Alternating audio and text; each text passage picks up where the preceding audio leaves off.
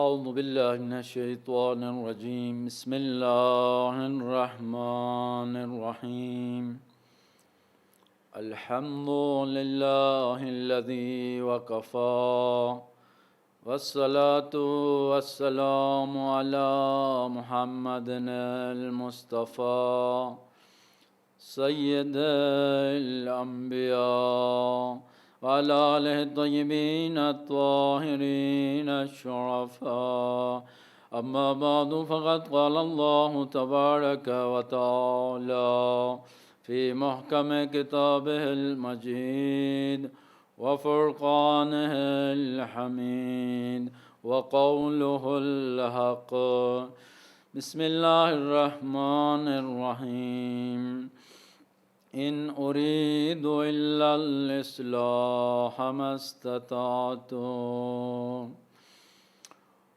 برادران ایمانی، عزاداران امام عالی مقام،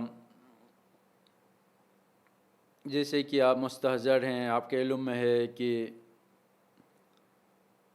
عرض ارادت اور کا یہ سلسلہ اپنے 9ویں مرحلے پہ امام عالی مقام کی خدمت میں اپنی ارادت و عقیدت کا اظہار کا جو سنہرا موقع اپنی زندگی میں مالک کائنات نے عنایت فرمایا، اور یوں ان عظیم ترین نورانی ہستیوں کا جس کا ذکر قرآن مجید میں اللہ نے اپنے کلام میں اور انبیاء اور ائمہ اطہار علیہ السلام نے اپنے نورانی کلام میں بیان فرمایا، ان کی یاد ان کی زندگی کے مختلف گوشوں کو، ان کے اہداف کو، ان کی سیرت کے ایک ایک کام کو ہم دیکھ کے، پڑھ کے، سن کے، سنا کے یہ کوشش کرتے ہیں کہ اپنے وجود کی تاریکیوں کو ان کی نورانی ہستیوں کے روشنی سے منور کر سکیں اور اپنی اخلاقی، اعتقادی اور عملی زندگی کی کمزوریوں کو، ویک پوائنٹس کو دور کر سکیں. لہذا اصلاح کے موضوع پہ یہ گزارشات آپ کی خدمت میں. ہم نے شروع میں اصلاح کی ڈیفینیشن کی اور اس کے بعد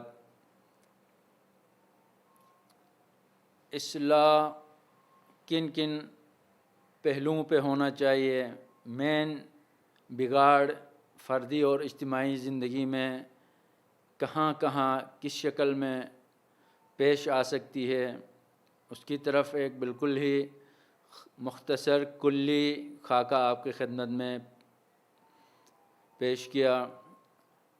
ہماری گفتگو کا دوسرا مین حصہ یہ تھا کہ بگاڑ کے ان مواقع میں جہاں زندگی میں پیش آ سکتے ہیں، کن راہوں سے، کن طریقوں سے، کس روش اور طریقے سے ان خرابیوں کی، ان انحرافات کی اصلاح کی جا سکتی ہے.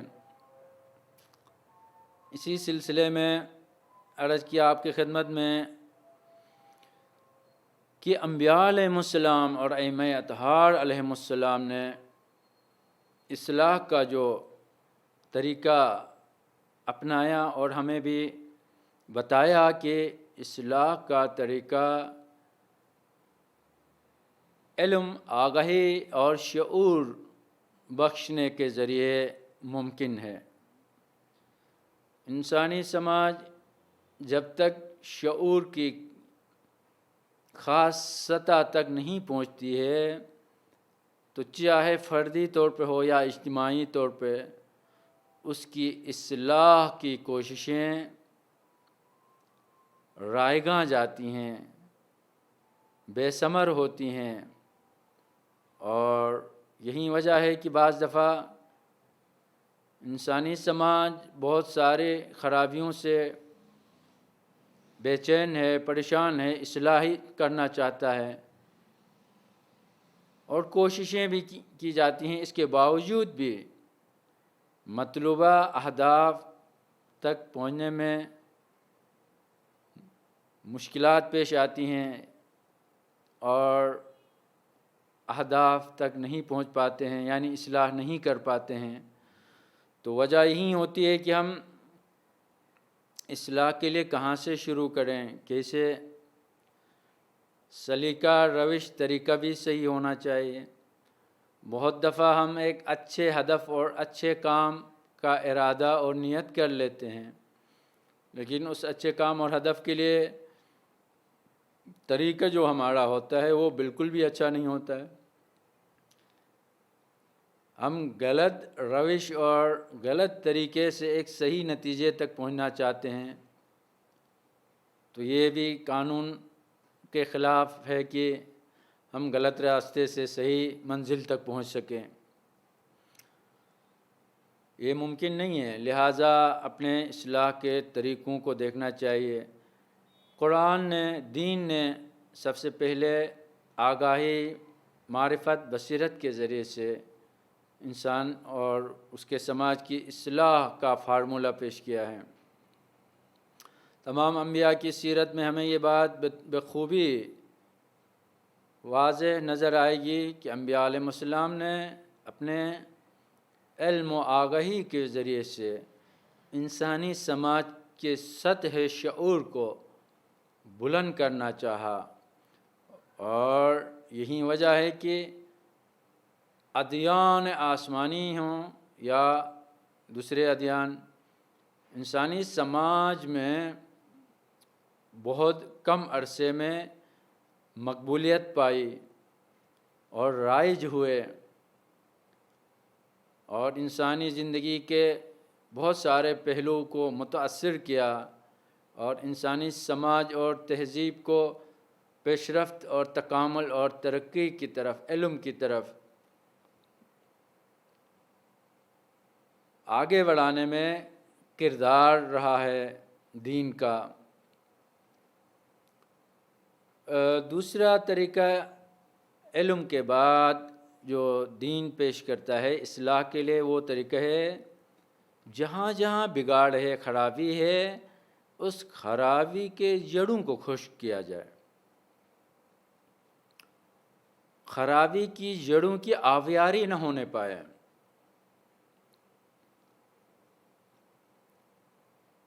خرابی پہلے دیکھا جائے، سمجھا جائے کہ کیا ہے اور کہاں ہے، بگاڑ کہاں ہے، خرابی کہاں ہے، اور پھر اس کے علل و اسباب کو سمجھا جائے کہ یہ کیوں یہ خرابی اس جگہ میں، یہ بگاڑ ہوئی ہے، اس کی وجوہات، اس کے عوامل۔ ہم کسی بھی خرابی کے اصلی اسباب کو جانے بغیر اس خرابی کو دور نہیں کر سکتے ہیں۔ مثلاً ایک سماج میں بہت سارے مقامات پہ یہ بات دیکھنے میں آتی ہے کہ مثلاً چوری جیسی برائی کسی جگہ میں رائج ہے۔ اب جو ہم اس خرابی اور بگاڑ کو ختم کرنا چاہیں تو فار ایگزامپل عرض کر رہا ہوں آپ کی خدمت میں کہ سب سے پہلے دیکھنا ہوگا کہ اس کے اسباب کیا ہیں، اور ان اصلی اسباب میں سے ایک سبب اس معاشرے کا معاشی طور پہ اس کا جو ہے دیوالیہ ہونا ہو سکتا ہے۔ معیشت کمزور ہے، لہٰذا انسان اپنی ضروریتوں کے ہاتھوں مجبور ہو کے اپنے بنیادی ضروریات کو اپنے بقا کے لیے چوری جیسے گناونے جرم کا مرتکب ہو رہا ہو، اور ویسے بھی جرائم اور کرائم جو مختلف اسٹیٹس کو اپنی لپیٹ میں مختلف حالتوں میں لیتے ہیں، تو ایسے میں ایک لانگ ٹرم پالیسیز کے تحت اس ملک کے، اس جگہ کے معاشی ابتری کو بہتر کرنا پڑے گا۔ اس کے لیے پھر معاشیات کے جو ماہرین ہیں، اکنامسٹ کے ذریعے سے وہاں کے درآمدات، صنعت، زراعت اور بزنس، تجارت جیسے پہلوؤں کو سامنے رکھتے ہوئے تجاویز دی جائیں گی، اور اس کے لیے خلاصہ معاشی طور پہ اپنے پاؤں پہ کھڑا کرنے کی کوششیں خود بخود چوری جیسی لعنت کو اس معاشرے سے دور کرنے کا ایک بہترین عملی طریقہ کار ہو سکتا ہے۔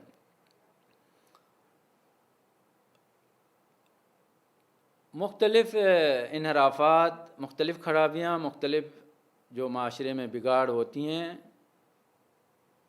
بعض دفعہ ایک قوم، ایک ملک، ایک علاقے کے رہنے والے اعتقادی طور پہ دیوالیہ ہو جاتے ہیں۔ ان کی سوچ، ان کے عقائد بالکل خیالی اور اپنے ہاتھوں کے بنائے ہوئے ہیں، اور ان کے زندگی کے متعلق ان کے افکار، ان کی سوچ، ان کے نظریات بالکل ہی انسانی عقل ان کی تائید نہیں کرتی ہے، انسانی عقل سے بہت پرے ہیں۔ تو وہاں پھر اعتقادی لحاظ سے ان کی تربیت ہونی چاہیے، اور ان کو اعتقادی طور پہ مضبوط کیا جائے گا۔ اور اعتقادی لحاظ سے بھی جو قومیں دیوالیاں ہو جاتی ہیں، جن کا زندگی میں اعتقادی لحاظ سے کوئی بنیاد نہیں ہے ان کی، وہ بالکل کھوکھلے ہیں، ظاہر سی بات ہے انسانی وجود کسی اسٹرانگ اور مضبوط سوچ سے وابستہ نہ ہو، جڑا ہوا نہ ہو، تو یہ اس درخت کے پتے کی طرح جو اپنی شاخ سے کٹنے کے بعد وہ پھر ہواؤں کے رحم و کرم پہ ہوتا ہے، یہاں تک کہ وہ ہواؤں کے دھکے کھاتے کھاتے ایک وقت خشک بوسیدہ ہو کے مٹی کا حصہ بن جاتا ہے۔ درخت کی شاخ سے جڑا ہوا پتا بالآخر اپنے وجود کی بقا اور اپنے فائدے پہنچا سکتا ہے۔ مراکز خرابی یعنی خرابی کے سورسز اور سرچشمے اور اس کی جڑیں، کس خرابی کی وجہ اور جڑ کیا ہے؟ ناامنی، اختلافات، افتراقات، مذہبی فرقہ بندی، تعصب، قومی تعصب ہے، مذہبی تعصبات ہیں، علاقائی تعصبات ہیں۔ یہ کچھ ایسے خول ہیں ہر دور میں جو شیطان انسانوں کو پہناتا ہے، اور انسان اس خول میں خود کو محدود کرنے کے بعد پھر جس عینک سے دوسرے ہم نوع انسانوں کو دیکھتا ہے، اس میں پھر محبت، مہربانی، ہمدردی جیسے عناصر نہیں پائے جاتے ہیں۔ لہٰذا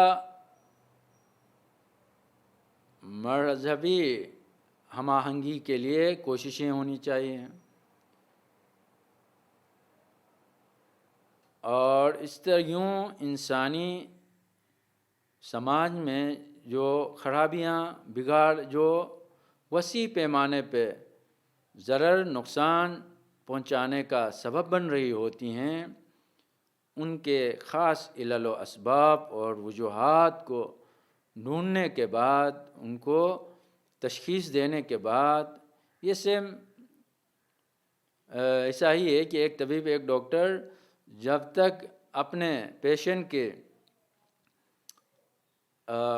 درد اور بیماری کو تشخیص نہیں دے پاتا ہے، تب تک اس کو سلامتی نہیں لوٹا سکتا ہے، اس کو بیماری اور درد اور تکلیف سے نجات نہیں دلا سکتا ہے۔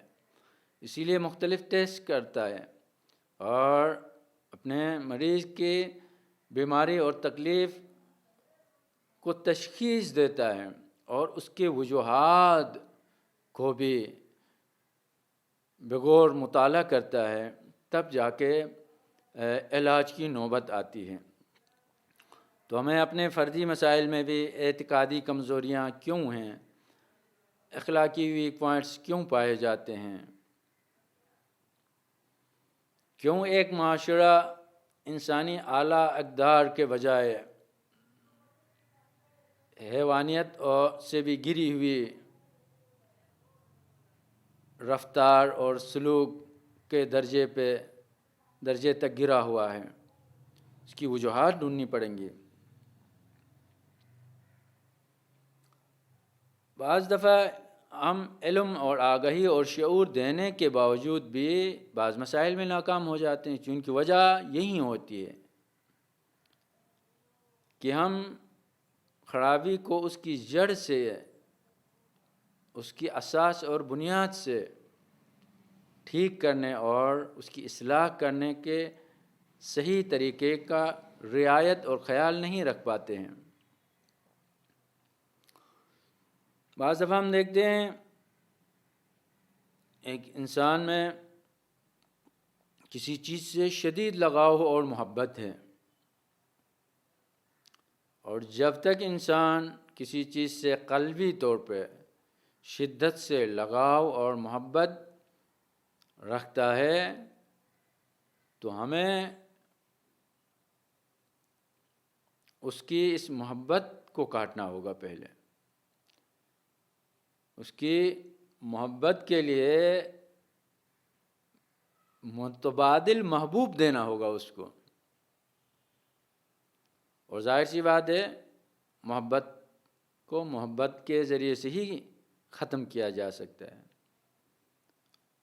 آب و دانہ اور دوسری چیزوں کے ذریعے سے کسی کی محبت کو ختم نہیں کی جا سکتی ہے۔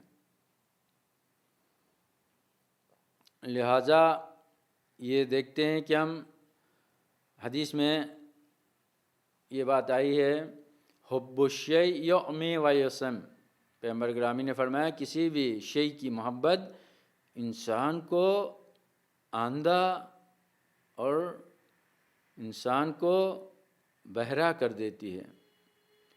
انسان کو کسی چیز سے محبت ہو تو پھر وہ اس کے خلاف نہ سنتا ہے نہ دیکھتا ہے۔ لہٰذا ماشاءاللہ نیند کی محبت عبادت سے دور کرتی ہے، علم سے دور کرتی ہے انسان کو، اور زندگی کے بہت سارے بنیادی کاموں سے دور کر دیتی ہے۔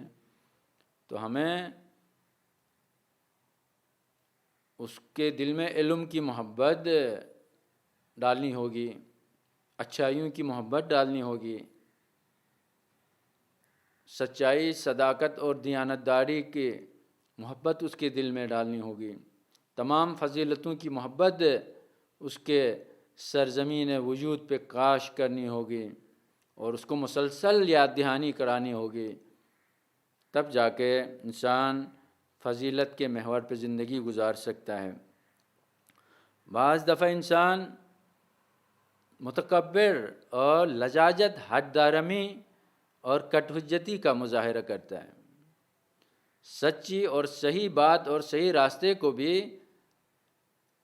ضد بازی میں آ کے اس کو نظر انداز کر رہا ہوتا ہے، ٹھکرا رہا ہوتا ہے۔ تو انسانی نفسیات کو سامنے رکھتے ہوئے ایسے انسانوں کے علاج اور اصلاح اسی لحاظ سے ہونی چاہیے۔ بعض دفعہ انسان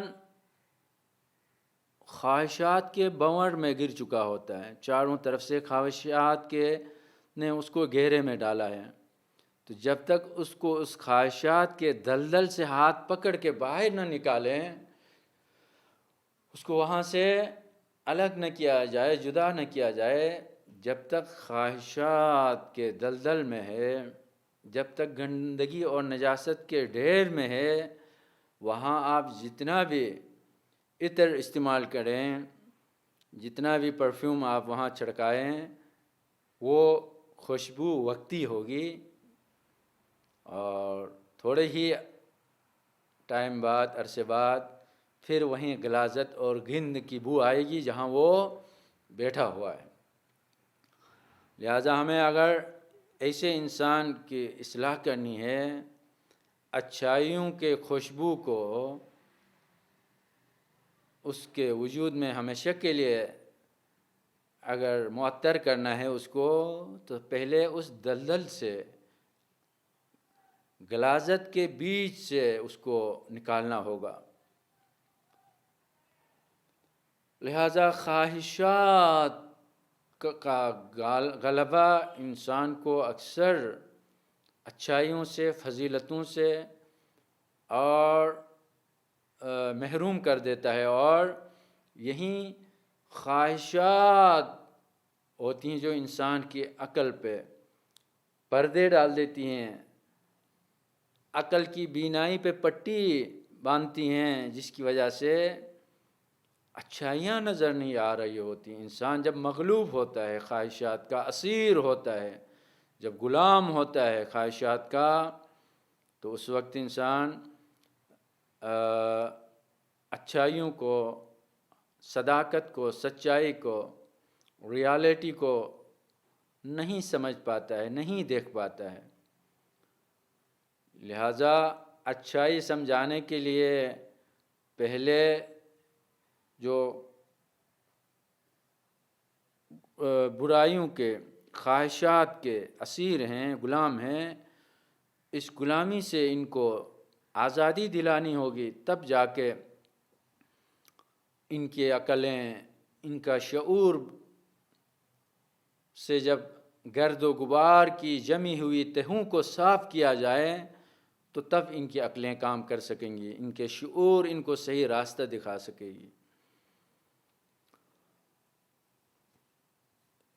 تربیت کے مہم ترین سورسز میں سے خواہشات انسانی کو دیکھیں، انسانی وجود سے ختم نہیں کیا جا سکتا، اور اسلام کا بھی یہ دعویٰ نہیں ہے کہ آپ اپنے وجود سے اپنی خواہشات اور اپنی رغبتوں کو ختم کریں۔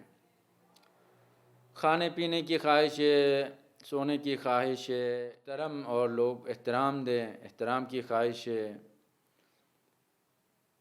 اور جنسی خواہشات ہیں، ان تمام خواہشات کو، رغبتوں کو جو اللہ نے انسان کے وجود میں رکھا ہے کسی مصلحت اور ہدف کے تحت ہیں،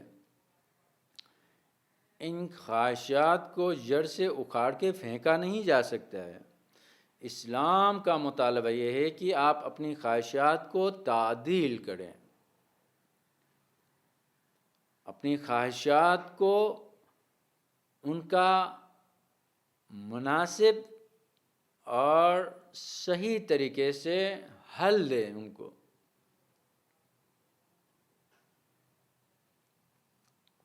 خواہشات نفسانی جتنی بھی خواہشات ہیں، ایک فہرست بنایا جائے اور سوچا جائے تو ہم میں سے ہر کوئی اپنی اپنی خواہشات کے خول میں ہی اسیر ہیں، اور اپنی ہماری زندگی کی حرکتیں، کوششیں انہی خواہشات کی تکمیل کی دوڑ دھوپ میں ہماری زندگی کا ایک بڑا حصہ اسی میں صرف ہوتا ہے، اسی تگ و دو میں ہمارا ٹائم گزرتا ہے کہ ہم اپنی خواہشات تک پہنچنا چاہتے ہیں۔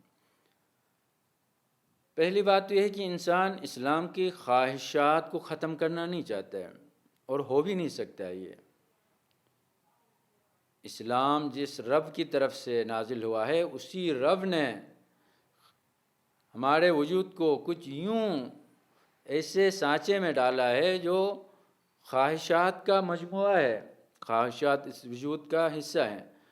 اسلام کا مطالبہ یہ ہے، آپ اپنی بقا کے لیے کھانے پینے کا نہ فقط حق رکھتے ہیں، بلکہ اسلامی آئیڈیالوجی کے روح سے واجب ہے اپنی بقا کی کوشش کریں ہر انسان، کھائیں پئیں، لیکن اب اپنے کھانے پینے کی ضرورت کو کہاں سے حاصل کرے، کہاں سے پورا کرے، کس طرح کریں؟ کیا ہم حرام چیزیں کھا کے کاروبار سے بھی مثلا پروفٹ کما کے کھائیں؟ اسلام اس کی اجازت نہیں دیتا ہے۔ ہم اپنی عزتیں بیچ کے کھائیں؟ اسلام اس کی اجازت نہیں دیتا ہے۔ ہم چوری کر کے کھائیں، کسی کا حق پر ڈاکہ مار کے؟ اسلام اس کی اجازت نہیں دیتا ہے۔ ہم دوسروں پر ظلم کر کے، تحقیر کر کے، تذلیل کر کے اپنی شہرت کی خواہش، اپنے کھانے کی خواہش، یا کسی پر جبر اور ظلم کے ذریعے سے اپنی جنسی خواہش پوری کریں؟ اسلام اس کی اجازت نہیں دیتا ہے۔ لیکن آپ کی خواہش نہیں کہتا ہے ختم کریں، کہتا ہے اب خواہش کو اتنا میدان دو، اتنا اس کو کہ اس کی ضرورت صحیح راستے سے صحیح مقدار میں پوری کریں۔ اب کیسے کھائیں، کتنا کھائیں، یہاں پھر اسلام آپ کو گائیڈ کرتا ہے، رہنمائی دیتا ہے۔ تو انسان ہو اور انسان پاک و پاکیزہ چیز کھائیں، تاکہ اس غذا سے، اس فوڈ سے بننے والا خون پاک ہو، اور اس خون کی سرکولیشن سے آپ کے زندگی اور آپ کی بقا اور آپ کی سوچ جو تشکیل پاتی ہے، اس خون کے خلیوں سے آپ کا ذہن اور ذہن کے خلیے اس سے غذا لیتے ہیں، اور اسی ذہن کے خلیوں کے ایکٹیویٹیز کے ذریعے سے ہماری سوچ تشکیل پاتی ہے۔ تو اگر اس خون میں خرابی ہو، اس کھانا حرام کا ہو، تو یہ ساری چیزیں ہماری خرابی کا باعث بن سکتی ہیں آگے جا کے۔ انسانی تربیت کے لیے جو وسیع، جامع اور کامل منشور دین پیش کرتا ہے، جس کے ذریعے سے انسان کی خواہشات کی صحیح راستے سے، صحیح طریقے سے تعدیل اور تکمیل ممکن ہے، کسی اور راستے سے ممکن نہیں ہے۔ لہذا دین سب سے پہلے انسان کے اندر فیض اور بیلیف کے ایمان اور عقیدے کے ذریعے سے انسانی وجود کی سرزمین کو آبیاری کرتا ہے، اور انسان کو اس کے باطن کی گہرائیوں سے ایک ذمہ دار انسان بننے کی تربیت اور تشویق دیتا ہے۔ ایک انسان جو ایمان اور عقیدے کے لحاظ سے اس کی اس پرورش پائی ہو، تو وہ اپنے وجود میں برائیوں سے اور برائیوں کے قریب جانے سے خوف کا احساس کرتا ہے۔ یہ خوف ایک نفسیاتی انسان کو برباد کرنے والا خوف نہیں ہے، یہ وہ خوف ہے جب انسان اپنے وجود کی بقا یا اس کے وجود کو چیلنج اور تہدید کرنے والی کسی چیز سے واسطہ پڑتا ہے، تو انسان اندر سے خوف زدہ ہوتا ہے۔ تو ایمان کا تقاضا یہ ہے، اسی لیے کہا گیا الایمان نصفان، نصف الخوف و نصف الرجا۔ ایمان کے برابر کے دو ٹکڑے ہیں، اس کا آدھا حصہ خوف، آدھا حصہ امید پر ہے۔ اللہ سے، برائیوں سے، برائیوں کے رزلٹ اور نتائج سے خوف کھائے انسان، جس کے اندر یہ خوف بیدار ہو، اور اچھائیوں کی رغبت اور اللہ سے امید کہ وہ مجھے اچھائیوں پر ایک اچھے انسان بننے کی اور اچھائیوں پر چلنے کی توفیق عنایت فرمائے گا۔ یہ دو رکن ہیں ایمان کے، اور ایمان کے ذریعے سے انسان فضیلتوں کی چوٹیوں کو سر کر سکتا ہے اور وہاں تک پہنچ سکتا ہے۔ آج ہماری گفتگو کے سلسلے کلام کا 9واں حصہ، جس میں کربلا کے ایک ایسے ہی عظیم شہید، کڑیل جوان امام مظلوم کا، حضرت علی اکبر علیہ السلام۔ حضرت علی اکبر اور عباس علیہ السلام جب مدینہ کی گلیوں میں جاتے تھے تو دکاندار اپنے کاموں کو چھوڑ کر جب تک یہ نگاہوں سے اوجھل نہیں ہوتے تھے دیکھتے رہتے تھے۔ ان کی جوانی، ان کی رعنائی، ان کی ظاہری شباہتیں پیغمبر گرامی سے اور علی مرتضیٰ علیہ السلام سے ایسی جذاب تھیں کہ جب بھی کوئی پیغمبر کا مشتاق ہوتا تو علی اکبر کو مولا حسین بلاتے، اور جب بھی علی مرتضیٰ کی یاد کسی کو ستاتی تو حضرت عباس سے ہم کلام ہوتے تھے، اس کو دیکھتے تھے۔ مدینہ والوں نے مولا حسین سے خواہش کی کہ ہم جب بھی نبی مکرم یاد آتے ہیں، پیغمبر یاد آتے ہیں، تو آپ کا علی اکبر ہم دیکھنا چاہتے ہیں، اس کو دیکھتے ہیں۔ اور خاص تقاضا کیا تھا مدینہ والوں نے کہ ہر دن شام ٹائم ایک دفعہ علی اکبر مدینہ کی گلیوں سے گزرا کریں۔ عزیزو، حسین نے اپنی قربانی میں علی اکبر کڑیل جوان جیسے بیٹے کی شہادت کو اپنی آنکھوں سے دیکھا۔ عاشور کی سپہر ہے، ظہر عاشور کے بعد نماز ہو چکی تھی۔ عباس خیمے پہ آئے، علی اکبر خیموں پہ آئے اجازت لینے کے لیے۔ اماں کے پاس گئے، دیکھا نماز میں مشغول ہیں، کہا اماں ظہر کی نماز ہو چکی ہے، یہ کون سی نماز آپ پڑھ رہی ہیں؟ ام لیلہ نے کہا بیٹا میں نماز حاجت 2 رکعت پڑھ لیتی ہوں اس نیت سے کہ کہیں آپ کی قربانی زہرا کے لال کے سامنے تاخیر نہ ہو اور اللہ اس قربانی کی سعادت سے مجھے محروم نہ کر دے۔ اور جب تک آپ اپنی قربانی پیش نہیں کرتے ہیں، یعنی جب تک آپ شہید نہیں ہوتے ہیں، تب تک میں حاجت کی نماز پڑھتی رہوں گی۔ علی اکبر نے وداع کیا، ماں سے پھوپھی کے پاس آئے، زینب کے پاس۔ زینب نے بچپنے میں اکبر کو پالا پوسا تھا۔ جب زینب کے ہاں اولاد نہیں ہوئی تھی، حسین سے مانگا اکبر کو جوان کیا، پالا پوسا زینب نے۔ مدینہ والے علی حسین کا بیٹا نہیں کہتے تھے، حضرت علی اکبر کو زینب کا بیٹے کے نام سے یاد کرتے تھے۔ ایک دفعہ آئے، سوال کیا پھوپھی اماں یہ بتائیں میری دادی فاطمہ کا مرتبہ بلند ہے یا تیرا مرتبہ بلند؟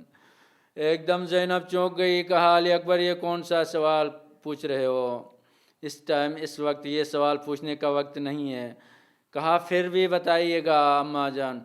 زینب نے فرمایا میری کیا حیثیت اماں کے مقابلے میں، اور اماں کا مرتبہ سیدہ نساء العالمین ہے، پیغمبر کی اکلوتی دختر گرامی کے سامنے۔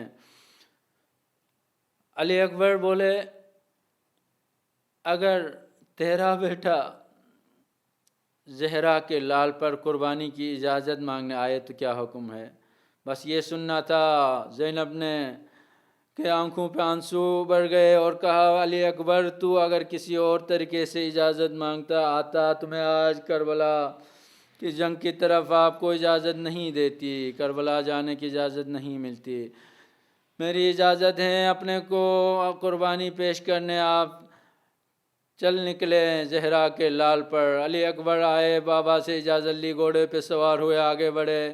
ایک دفعہ احساس کیا پیچھے کسی کے پیچھے آنے کی آہٹ محسوس کی، مڑ کے دیکھا 57 سال کا باپ علی اکبر کے پیچھے۔ علی اکبر نے کہا ابا یوں مجھ سے آگے جنگ نہیں لڑی جائے گی، آپ واپس چلے جائیں۔ دوسری دفعہ، تیسری دفعہ، ایک دفعہ دیکھا مڑ کے، آخری دفعہ علی اکبر نے تو باپ سر زمین کربلا میں پیچھے آ رہے ہیں، گر رہا ہے حسین، اٹھ رہا ہے، بلند ہو رہا ہے، گھٹنوں کے بل چلتے ہوئے اپنے کڑیل جوان کو پیچھے سے دیکھ رہا ہے۔ علی اکبر نے کہا ابا جان مجھ سے میں آگے نہیں جاؤں گا اس حالت میں۔ حسین نے کہا علی اکبر تیرا کوئی جوان بیٹا نہیں ہے، ارے تجھے نہیں معلوم بوڑھے باپ کی نگاہوں کے سامنے کڑیل جوان بیٹا جب تیروں اور نیزوں اور خنجر کھانے آگے بڑھ رہا ہو تو بوڑھے باپ کی کیا حالت ہوتی. علی اکبر گئے، لڑے، دادے شجاعت لی، فوج اشکیا میں سے بہت ساروں کو واصل جہنم کیا. ایک دفعہ ہزاروں کے لشکر نے علی اکبر پر چاروں طرف سے حملہ کیا. نیزوں سے، تلواروں سے، تیروں سے چاروں طرف سے حملہ آور ہوئے. علی اکبر کی آواز آئی گھوڑے سے گرتے گرتے، ابا یا بادرکنی. حسین ٹیلے پر جا کر اکبر کو دیکھ رہے تھے اور زینب خیمے کے دروازے سے حسین کو دیکھ رہی تھی، اور خیمے کے اندر مصلی پہ کھڑی ام لیلہ زینب کو دیکھتی تھی. ام لیلہ کی نگاہ زینب پہ تھی، زینب کی نگاہ حسین پر تھی، حسین کی نگاہ اشکیا کے بیچ میں علی اکبر پہ تھی. ایک دفعہ علی اکبر شدت زخموں کی شدت کی تاب نہ لا سکے، اپنے گھوڑے سے کیا گرے. حسین کے سامنے دنیا تاریک ہوئی. حسین ٹیلے پہ گرے اور زینب خیمے کے دروازے پہ گری، اور ام لیلہ جس کی نگاہ زینب پہ تھی وہ مصلی پہ سجدہ شکر پہ گری. اور حسین اپنے کڑیل بیٹے کے پاس پہنچے اور علی اکبر کو اپنے ہاتھوں میں لینا چاہا. علی اکبر کو ایک دفعہ دیکھا دونوں ہاتھ سینے پہ رکھے ہیں. علی اکبر سے کہا بیٹا میں خیموں پہ لے کے جانا چاہتا ہوں. علی اکبر نے کہا اٹھایا نہیں گیا بوڑھے باپ سے جوان بیٹے کو. علی اکبر سے کہا بیٹا اپنا ایک ہاتھ سے میرا گلا میرے گردن پہ ڈال دے تاکہ اٹھانے میں آسانی ہو. اتنے میں جب دوسرے ہاتھ کا کہا علی اکبر نے کہا ابا جان دوسرے ہاتھ برچی کے پھل کے ساتھ میری کلیجی کے ساتھ پیوست ہوا ہے. ایسے میں علی اکبر کے برچی کے پھل کو ہلایا کو یا رسول اللہ. ابراہیم خلیل نے پٹی باندھی اسماعیل کے ذبح پر، آج حسین اپنی آنکھوں پہ پٹی باندھے بغیر علی اکبر کے کلیجی کا پھل ہلا رہے ہیں اور برچی کو ہلا رہے ہیں. ادھر حسین نے برچی کو ہلایا، ادھر علی اکبر کا جسم ہلا، ادھر کلیجی پیر کا کلیجی ہلی. اتنے میں پورے سرزمین کربلا ہلے، خیمے ہلے اور علی اکبر کہ روح قفص انصری کو پرواز کیا.